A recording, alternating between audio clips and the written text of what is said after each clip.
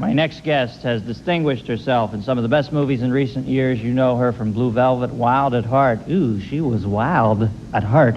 And most recently, Rambling Rose. Please welcome Laura Dern, folks.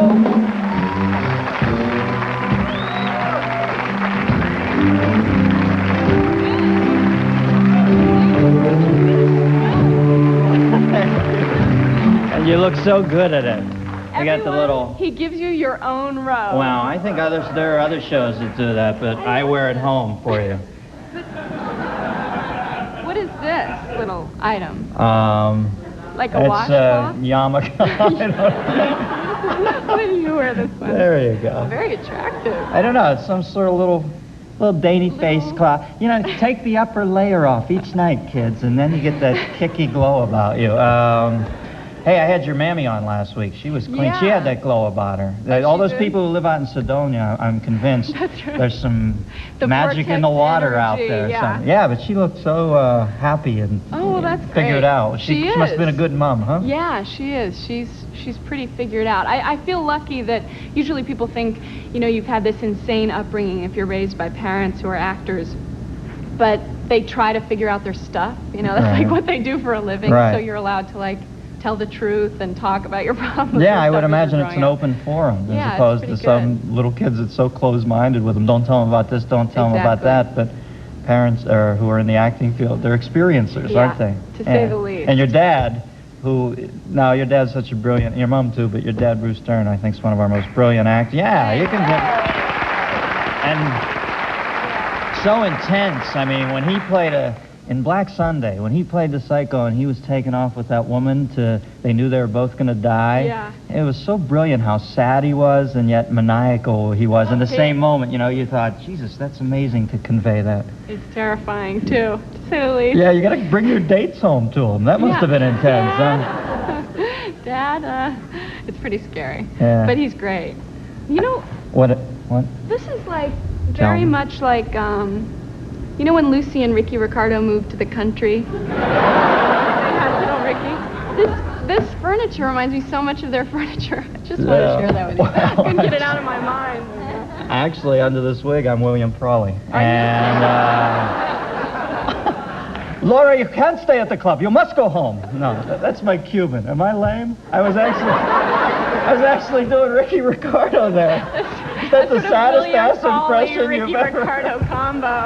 You know, I always love is Ricky Ricardo was the hippest band leader at the world's hottest nightclub, New York City, biggest city in the world. His best friend was an 800-year-old janitor. What was the hookup there? It was like Jagger hanging out with Howard Sprague or something. I know, Lucy always knew the stars. He never knew any of them. She had to work so hard to meet them. Lucy. Now, what's Ramblin' Rose? Great film, man. You must be excited about the response it's received. Yeah, we're really excited. It's so rare you get an opportunity to do a movie, you know, that you fall in love with and characters that you love. So we were really lucky. And to work with my mom and Martha Coolidge, who directed it, who's a very good friend, and all the actors, Robert Duvall, Lucas Haas, they were so wonderful. You and Lucas had a little coming-of-age thing there, didn't you? Yes, we did. I think I had more of a coming-of-age thing than Lucas. Oh, Lucas he was prepared? Taught me a few things about life and the heart, to say the least. But he's extraordinary. I mean, he's one of the best actors I've ever worked with, and he's 15 years old. Yeah. And we had a scene, as you know, where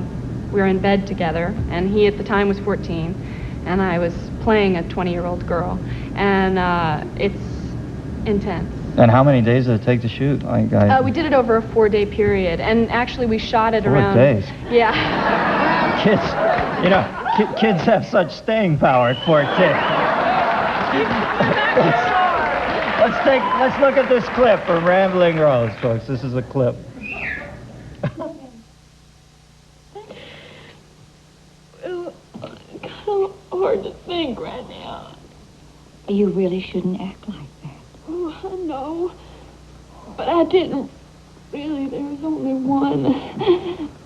But he's out of town and didn't leave me no forwarding address. No forwarding address? No forwarding address. Hold the phone. Now, in the shock of her brilliant move, I forgot something. Rose will lie like a child. Now, she's no more pregnant than I am. I am. No, you're not. No, you're not. Yes, I am. Yeah.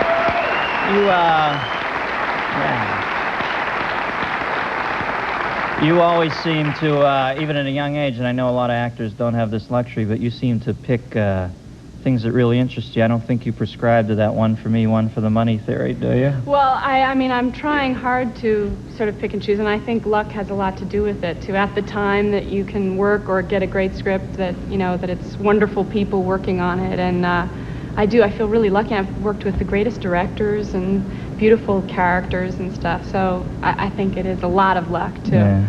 And also parents who sort of helped guide me to do the right things and try to have integrity. Now, in addition to some of the best directors, you've certainly come to be affiliated with, shall we say, one of the more idiosyncratic auteurs we have, David Lynch. And there are moments I'm like amazingly blown away by his work, and other moments I find it repellent. I guess that's what art is, you know. I mean, it gets a reaction out of me one way or the other. Some of it I go, Jesus. But what is he, you know, God, I feel like a gossip column. What's David Lynch really like? But he's great. You know, it's so amazing because so many people said, you know, growing up in Hollywood, you must have had such an eccentric childhood, parents, actors, going around in limos all the time. I mean, don't you wish you had a normal childhood? And I was told that I was going to meet this wonderful man who was going to direct this film, Blue Velvet, and he was from the the Northwest and Middle America, good family upbringing, and he was from the normal Americana, right? And I met David Lynch. Yeah. So I thought, man, I don't know. It's like I don't know about this. Grant Wood painting on psilocybin or something, I guess. What? Now tell me about the chicken kit. This is the most bizarre concept I've ever heard. I opened his freezer and I found several various animals frozen in his freezer, and he takes an animal and he makes a kit of it. He takes the animal apart. This is so sick. But he takes the animal apart and he photographs it and he tells you how to make a chicken or how to make a fish. And it like gives you a bag of feathers and clothes to, you know, stick onto the animal. Come on, folks, David they're Lynch, chickens. guys. They don't live forever, all right? Occasionally a chicken might crow. Well, it's Dave's thing, not Laura's. Don't lean on her. I just worked with the She man. just opened the fridge looking for a yoo-hoo, and let's not jump on her. Well, I don't know. That seems like it would go hand in hand with what he does. That doesn't surprise me. Yeah, no, it does. He's always going for the bizarre. Yeah. But he's brilliant. He's wonderful to work with. Hey, it's nice to meet you. I think you're a charmer, and I'm glad to have you here. Thank you. We'll be right back after this. Laura, there, folks.